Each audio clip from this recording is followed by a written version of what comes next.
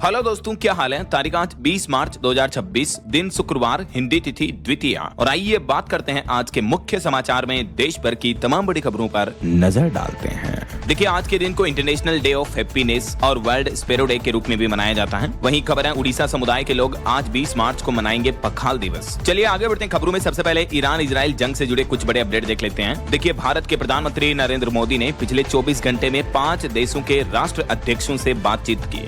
इस दरमियान फ्रांस के राष्ट्रपति मैक्रो से पीएम मोदी बोले कि पश्चिम एशिया में तनाव कम करना जरूरी है। वहीं ओमान के सुल्तान से कहा कि होर्मुज रूट से आवाजाही भी जरूरी है। पीएम मोदी ने कहा कि भारत और ओमान ने तनाव कम करने के लिए संवाद और कूटनीति को प्राथमिकता देने पर भी सहमति जताई है। कतर के अमीर से भी पीएम मोदी ने बातचीत की, होर्मुज सुरक्षा का मुद्दा उठाया और हमलों की भी निंदा की और ईद के त्योहार की भी शुभकामनाएं दी। इधर ईरान ने अब कुवैत की एक बड़ी रिफाइनरी पर जो ड्रोन अटैक किया, ये मुद्दा काफी बड़ा बन चुका है, क्योंकि इस ड्रोन अटैक के हमले में भीषण आग से चारों तरफ हड़कंप सा मच गया और इजराइल में भी कई जोरदार धमाके सुने गए। यानी ईरान अब अपने जवाबी हमलों को और बढ़ा चुका है। और कतर पर जो ईरान ने हमला किया, उस वजह से दुनिया के 12 मुस्लिम देश नाराज हो गए। सऊदी तो बोला कि ईरान हमारे सब्र का इम्तिहान न ले, हमारे पास भी जवाब देने की ताकत है। अमेरिका इजराइल ईरान जंग के 20वें दिन भी ईरान ने कतर के सबसे बड़े गैस प्लांट रास लफान पर हमला किया और इसी के चलते 12 मुस्लिम देशों ने ईरान के खिलाफ ये नाराजगी जताई है। इन देशों ने ईरान से तुरंत हमले रोकने को भी कहा है। ये बयान सऊदी की राजधानी रियाद में हुई बैठक के बाद सामने आया, जिसमें सऊदी अरब, कतर और यूएई समेत दुनिया के कई देशों के नेता शामिल थे। वहीं इन जंग के हालातों के बीच एक बड़ा दावा किया जा रहा कि ईरानी हमले में अमेरिकी F-35 फाइटर जेट को भी नुकसान पहुंचा।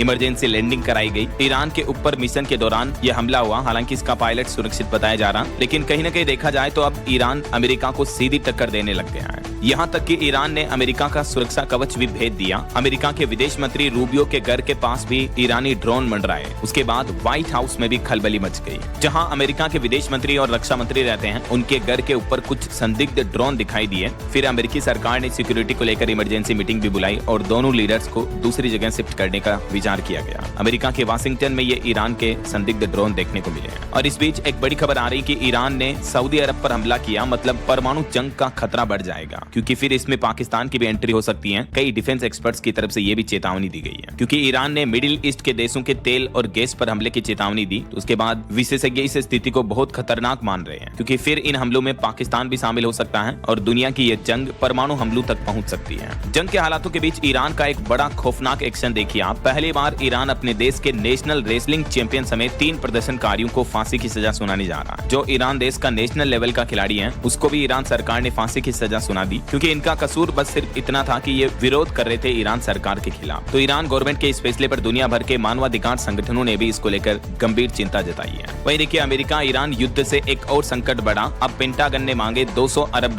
ईरान ने इजराइल फर्स्ट टैक्स कहकर मजाक भी उड़ाया। अमेरिकी रक्षा विभाग यानी पेंटागन ने संसद से ये इतने बजट की मांग की है। तो कहीं न कहीं देखा जाए तो अमेरिका को मुंह तोड़ जवाब मिल रहा है ईरान की तरफ से भी है। तभी तो अमेरिका की रक्षा का बजट भी अब खत्म होते जा रहा है धीरे धीरे। वहीं इधर इजरायली एयर स्ट्राइक में ईरान के इंटेलिजेंस मंत्री की भी मौत हो गई। खुद ईरान के राष्ट्रपति पज़ेश्कियान की तरफ से ये पुष्टि की गई और कई एक्सपर्ट्स का तो ये कहना है कि ईरान भी इस युद्ध में काफी कमजोर हो चुका है, लेकिन फिर भी ईरान इस युद्ध को लंबा खींच रहा है, सरेंडर करने से इनकार कर रहा है, क्योंकि ईरान ये चाहता है कि इस जंग को महंगा बनाकर दुश्मन को झुकाने की कोशिश की जा रही है। मतलब समझ रहे हो, ईरान चाहता है कि अमेरिका का ज्यादा से ज्यादा नुकसान हो। पहले ही अमेरिका का रक्षा बजट अब धीरे धीरे कम पड़ रहा है, तो ईरान हारते हुए भी हार स्वीकार नहीं कर रहा है। यही वजह है कि ईरान अब तक के सबसे बड़े खतरे का सामना कर रहा है। हालांकि इन जंग के हालातों के बीच एक अच्छी खबर आई है। जो पाकिस्तान और अफगानिस्तान के बीच युद्ध चल रहा था, तो दोनों देशों ने एक सप्ताह तक के लिए सीज फायर का ऐलान कर दिया है। अब ईद के त्योहार के बाद फिर वापस युद्ध शुरू होगा। और हमारे देश में एलपीजी गैस सिलेंडर की किल्लत के बीच केंद्र सरकार ने फिर से बयान देते हुए कहा कि सिलेंडर की पैनिक बुकिंग में थोड़ी कमी आई। ऑनलाइन बुकिंग बढ़कर 94% तक पहुंची। अमेरिका से भी एलपीजी की सप्लाई हो रही है, तो कीमतों में अब और बढ़ोतरी नहीं की जाएगी। ये कहना है पेट्रोलियम और प्राकृतिक गैस मंत्रालय का। और ईरान अमेरिका का युद्ध और भी भयंकर हो सकता है, क्योंकि अब अमेरिका के रक्षा मंत्री ने एक और चेतावनी दी और कहा कि ईरान लगातार कमजोर हो रहा है, आज सबसे बड़ा हमला होगा। अमेरिकी रक्षा मंत्री हेगसेथ ने ये धमकी दी है। और अमेरिका ने यह भी कहा कि ईरान पर अब तक हमने 7000 से भी ज्यादा अली हमले किए हैं। तो ये तो कुछ जंग से जुड़ी खबरें रही। और चलिए आगे बढ़ते हैं अपन खबरों में। देखिए, दुनिया भर में युद्ध के माहौल के बीच भारतीय शेयर बाजार में पिछले 22 महीनों की सबसे बड़ी गिरावट देखने को मिली। बीते दिन सेंसेक्स 2497 अंक गिरकर 74,200 207 पर पहुंच गया। निफ्टी भी 776 अंक टूटा। बैंकिंग और ऑटो शेयर्स में सबसे ज्यादा बिकवाली देखने को मिली और जंग के चलते क्रूड ऑयल भी काफी महंगा हो चुका है, लगभग दुगुना हो गया। $146 प्रति बैरल क्रूड ऑयल कच्चे तेल का भाव पहुंच चुका है। तो इस वजह से दुनिया भर के कई देशों में पेट्रोल डीजल और महंगा हो सकता है। और हमले से कतर का प्लांट भी बंद हो चुका है, तो यूरोप में गैस की कीमत 30% तक और बढ़ी है। भारतीय रुपये के लिए भी बुरी खबर देखने को मिली। पहली बार भारतीय मुद्रा में इतनी बड़ी गिरावट हुई। रुपया 93.37 प्रति डॉलर के रिकॉर्ड निचले स्तर पर पहुंच चुका है। और जंग के हालातों के बावजूद सोना चांदी में भी भारी गिरावट देखने को मिली। देखिए आप, बीते दिन चांदी 20,000 रुपए गिरकर 2,30,000 रुपए प्रति किलो पर पहुंच चुकी है। पिछले 5 दिन के अंदर अंदर चांदी के भाव में 38,000 रुपए की गिरावट देखने को मिली है और सोने की कीमत भी 7,000 रुपए घटकर 1,48,000 रुपए प्रति 10 ग्राम पर पहुंच चुकी है। अभी अलग अलग कैरेट के हिसाब से गोल्ड का प्राइस क्या चल रहा है देख सकते हैं आप स्क्रीन पर। और भारत में कई और चीजों में भी महंगाई देखने को मिल रही है, जैसे दिल्ली में ड्राई फ्रूट्स वगैरह की कीमतें बढ़ चुकी हैं। पैरासीटामोल टेबलेट जो आती है दवाई, वो भी 47% तक महंगी हो चुकी है, क्योंकि ईरान इजराइल युद्ध की वजह से इनकी सप्लाई ठप पड़ी है। तो चलिए अगली खबर देखिए। देश की राष्ट्रपति द्रौपदी मुर्मू नवरात्रि के पहले दिन उत्तर प्रदेश अयोध्या के राम मंदिर पहुंची। यहाँ श्री राम यंत्र का पूजन किया। इसके साथ ही राष्ट्रपति ने यूपी वृंदावन में भी इस्कॉन और प्रेम मंदिर के दर्शन किए। आज वो संत प्रेमानंद महाराज से भी मिलेंगे। मुख्यमंत्री योगी आदित्यनाथ और राष्ट्रपति मुर्मू ने राम मंदिर में पूजा अर्चना भी की है, तस्वीरें आप देख सकते हैं। इस दरमियान सीएम योगी बोले कि राम मंदिर अब भारत का राष्ट्र मंदिर बन चुका है। अयोध्या में श्री राम यंत्र स्थापना कार्यक्रम के संबोधन में बोले मुख्यमंत्री योगी आदित्यनाथ। और वहीं खबर है दोस्तों, बीते दिन ईद का चांद नहीं दिखा तो रुयत ए हिलाल कमेटी ने घोषणा की है, अब कल 21 मार्च को मनाई जाएगी ईद। कल शनिवार को रहेगा ईद का पर्व। पुराने लखनऊ में भी यातायात बदला रहेगा, इसके चलते लखनऊ में भी कल चांद नहीं दिखा तो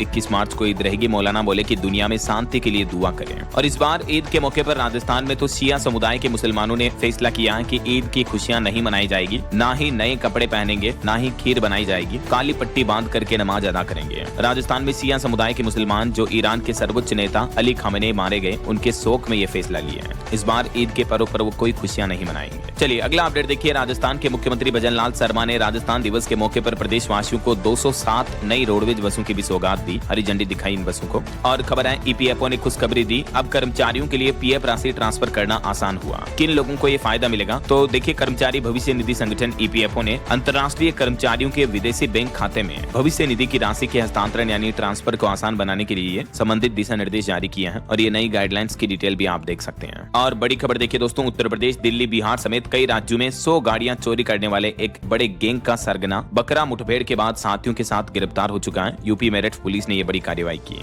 वहीं खबर है उत्तर प्रदेश नोएडा में बनेगा सबसे ऊंचा ताज होटल। टाटा के ताज का होगा ताज। इसको बनने में भी कई साल लगेंगे। IHCL कंपनी के साथ साझेदारी के अंतर्गत ये होटल बनाने के लिए 1,000 करोड़ रुपए का निवेश किया है। और डेलोइट की एक अच्छी रिपोर्ट सामने आ रही कि साल 2035 तक बदल जाएगा भारतीय सेमीकंडक्टर क्षेत्र का स्वरूप। हमारा देश बनेगा $300 अरब का आत्मनिर्भर बाजार सेमीकंडक्टर के क्षेत्र में। और एक रिपोर्ट देखिए, तमिलनाडु राज्य बना देश का सबसे बड़ा कपड़ा निर्यातक। टेक्सटाइल एक्सपोर्ट के मामले में नंबर 1 आ चुका तमिलनाडु। पिछले 4 साल में 29% तक का बड़ा उछाल देखने को मिला। और एक रिपोर्ट सामने आ रही कि भारत की ऊर्जा क्षमता भी इस साल जनवरी 2026 तक बढ़कर हुई 520.51 गीगावाट। वहीं देखिए नोरा फतेही और संजय दत्त के अश्लील विवादित गाने के मामले पर अब महिला आयोग ने एक्शन लिया और कहा कि दोनों 24 मार्च तक न्यायालय में पेश हो, नहीं तो कानूनी कार्रवाई हो सकती है। NCW की तरफ से ये ट्वीट भी किया गया, देख सकते हैं। और खबर है अमेजोन के प्राइम वीडियो की 2026 के लिए भारतीय कंटेंट की घोषणा हुई। नई स्लेट में 55 नई फिल्में और सीरीज का ऐलान होगा। पंचायत 5 और फर्जी 2 की भी वापसी होगी OTT प्लेटफॉर्म प्राइम वीडियो पर। और भारत के पूर्व क्रिकेटर खिलाड़ी गौतम गंभीर अपने AI के गलत इस्तेमाल के खिलाफ दिल्ली हाईकोर्ट पहुंचे। डीप फेक वीडियो, फर्जी वीडियो पर रोक लगाने की मांग की। वहीं सरकारी कर्मचारियों के लिए अच्छी खबर आ रही है। DA बढ़ चुका है, अब अकाउंट में आएंगे 38,000 रुपए तक। जी हाँ, मध्य प्रदेश के सरकारी कर्मचारियों के लिए एक खुशखबरी है। मुख्यमंत्री मोहन यादव ने राज्य के 12 लाख कर्मचारियों के DA यानी महंगाई भत्ते में 3% तक का इजाफा कर दिया है। तो जो पहले DA 55% था वो बढ़कर अब 58% हो चुका है। इससे कर्मचारियों की इन हैंड सैलरी भी ज्यादा आएगी। और देखिए पंजाब के मुख्यमंत्री भगवंत मान ने दावा किया कि राजस्थान राज्य पर लगभग 1.5 लाख करोड़ रुपए पानी के बकाया है। उनका भुगतान नहीं करने पर हम पानी की आपूर्ति रोक देंगे, ये चेतावनी भी दी पंजाब के मुख्यमंत्री ने। और वहीं पंजाब से एक बड़ी खबर देखिए दोस्तों, जहां पंजाब सरकार नशा मुक्ति को लेकर दिनों दिन नए अभियान चला रही। इस बीच पंजाब में खुद आम आदमी पार्टी का ही एक सरपंच हेरोइन के साथ गिरफ्तार हुआ। VIP नंबर की स्कॉर्पियो में नशे की खेप बरामद हुई है। देखिए मतलब यार, जो सरकार नशा मुक्ति के लिए इतने प्रयास कर रही है, उन्हीं के सरपंच, उन्हीं की पार्टी के नेता खुद नशा तस्करी कर रहे हैं। क्या कहोगे अब आप इस बारे में? और पंजाब से एक और बड़ी खबर देखिए, 500 किलो नकली पनीर का भी भंडाफोड़ हुआ। हरियाणा से आए 2 सप्लायर गिरफ्तार हुए। पंजाब पुलिस ने ये बड़ी कार्रवाई की है। और दुनिया में कौन सा देश सबसे ज्यादा खुश है, इस पर भी रिपोर्ट सामने आ रही है। देखिए, फिनलैंड देश लगातार 90 साल दुनिया का सबसे खुशहाल देश रहा है। हालांकि भारत की रैंकिंग काफी हैरान करने वाली है। वर्ल्ड हैप्पीनेस की रिपोर्ट में इजराइल देश भी दुनिया का 8वां सबसे खुशहाल देश रहा है। जहां अभी इतने युद्ध के हालात चल रहे हैं, बावजूद उसके इजराइल के लोग काफी खुश हैं। और भारत के लिए तो हैरान की बात यह है कि भारत की रैंकिंग तो पाकिस्तान से भी कम है। संयुक्त राष्ट्र UN की तरफ से ये वर्ल्ड हैप्पीनेस रिपोर्ट जारी की और इसमें फिनलैंड फिर से दुनिया का सबसे खुशी हैप्पी वाला देश रहा। अफगानिस्तान देश दुनिया का सबसे कम खुशहाल देश रहा। और 147 देशों की इस लिस्ट में पाकिस्तान का नंबर 104वें स्थान पर है, जबकि भारत का नंबर 116वें स्थान पर है। भले ही भारत पाकिस्तान के मुकाबले ज्यादा सक्षम है GDP इकोनॉमी में, लेकिन ये रिपोर्ट्स बताती हैं कि भारत के लोग खुश कम रहते हैं। ऐसा ये देख सकते हैं आप दुनिया के टॉप 10 कंट्रीज हैप्पीनेस की लिस्ट में कौन कौन सी कंट्री टॉप पर है। चलिए अगला अपडेट आ रहा। हज यात्रा 2026 को लेकर एक नया आदेश जारी हुआ है कि पासपोर्ट पहले जमा करने की अब जरूरत खत्म हो चुकी है। आम यात्रियों की तरह अब एयरपोर्ट पर ही पासपोर्ट दिखाना होगा। इस साल दिसंबर तक पासपोर्ट वैध होना जरूरी होगा। हज कमेटी ऑफ इंडिया की तरफ से ये नए नियमों का सर्कुलर जारी कर दिया है। और बड़ी खबर देखिए, छत्तीसगढ़ में अब धर्मांतरण कराने पर यानी धर्म परिवर्तन पर उम्र कैद की सजा होगी। विधानसभा में धर्म स्वतंत्रता बिल पास हुआ। 25 लाख रुपए का जुर्माना लगेगा। मददगारों को भी जेल होगी।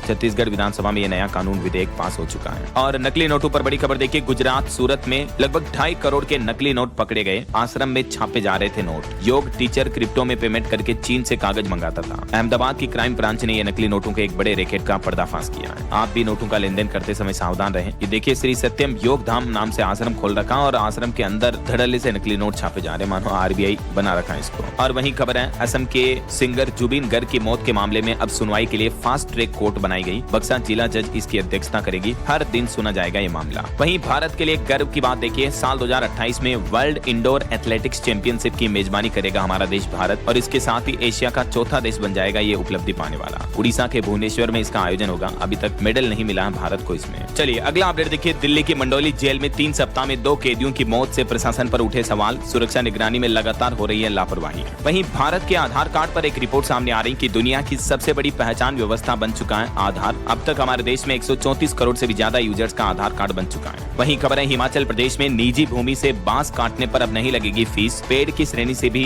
बेम्बू बाहर कर दिया गया है। हिमाचल सरकार ने इससे जुड़े अधिनियम यानी कानून में संशोधन बदलाव कर दिया है। खुद हिमाचल प्रदेश में विधानसभा में मुख्यमंत्री सुखविंदर सिंह सुक्खू ने यह घोषणा की है। और खबर है, सरकार ने रेलवे कर्मचारियों को बड़ी राहत दी। ट्रांसफर के बाद भी पुराने क्वार्टर को नहीं छोड़ना होगा। बच्चों की पढ़ाई भी प्रभावित नहीं होगी। रेलवे की तरफ से यह नया नियम लागू कर दिया गया है, क्योंकि बार बार ट्रांसफर से परिवार व बच्चों की पढ़ाई पर असर पड़ता है। तो इस नियम को अभी रेलवे ने 2 श्रेणियों में बांटा है और अगले आदेश तक ये सुविधा जारी रहेगी। देख सकते हैं आप इसके बारे में जानकारी भी। वहीं टेक न्यूज से खबर देखिए, इंस्टाग्राम के रील्स अब पोज भी कर पाएंगे आप। कंपनी ने नया फीचर पेश किया है और ये फीचर पहले के प्रेस एंड होल्ड जेस्चर को रिप्लेस कर देगा। यूट्यूब शॉर्ट्स के जैसे इंस्टाग्राम रील्स को भी अब आप पोज कर पाएंगे। ऐसा टेप टू पोज फीचर मिलेगा। और खबर है, एशिया का सबसे बड़ा MICE केंद्र बनेगा दिल्ली का भारत मंडपम। दूसरे चरण के विस्तार की तैयारियां भी तेज हुई। वहीं दिल्ली की मुख्यमंत्री रेखा गुप्ता के बजट संवाद में दिल्ली के किसानों ने मांगा किसान का दर्जा। और भी किसानों से जुड़ी कई अहम मुद्दों पर विशेष चर्चा हुई। वैसे जल्दी दिल्ली की रेखा गुप्ता सरकार अपना दूसरा बजट पेश करेगी। जन संवाद से मिल रहे हैं शिक्षा, खेल और सुरक्षा में सुधार के सुझाव भी। 4 दिन बाद 24 मार्च को दिल्ली की रेखा सरकार अपना दूसरा बजट पेश करेगी। वहीं देखिए, दुनिया के टॉप 30 में एकमात्र भारतीय एयरपोर्ट है IGI दिल्ली का, जिसने 8वीं बार जीता भारत दक्षिण एशिया का सर्वश्रेष्ठ खिताब। दिल्ली के इंदिरा गांधी अंतर्राष्ट्रीय हवाई अड्डे को ये लगातार 8वीं बार सर्वश्रेष्ठ अवार्ड मिला है। और एक बड़ी शर्मनाक खबर देखिए, उत्तर प्रदेश के आगरा की यह घटना है। नकल के पैसे मांगने पर 10वीं के छात्र को पीटा एक टीचर ने। टीचर बोला कि 1400 बच्चों को मैंने नकल कराई तो तेरी कैसे रह गई। मतलब देखिए यार, शर्म आनी चाहिए ऐसे अध्यापकों पर, ऐसे टीचर पर तो, जो शिक्षक के नाम पर धब्बा है समाज में। आगरा में यूपी बोर्ड में एग्जाम में नकल कराने का ये मामला सामने आया है, जहां एक छात्र टीचर के पास नकल के पैसे वापस मांगने पहुंचता। मतलब इस टीचर ने छात्रों से पैसे ले लेकर के उनको खुलेआम नकल कराई थी, देखिए आप। और जब एक स्टूडेंट ने नकल नहीं की, पैसे वापस मांगे, तो टीचर उसको उल्टा पीटने लगा, मारने लगा। मतलब उल्टा चोर कोतवाल को डांटे हैं। कहावत तो सुनी होगी आपने। क्या कहोगे आप, ऐसे टीचर पर क्या कार्रवाई होनी चाहिए? मैं तो कह रहा हूँ इनको नौकरी से हटाकर जेल में बंद करो। ऐसे अध्यापकों से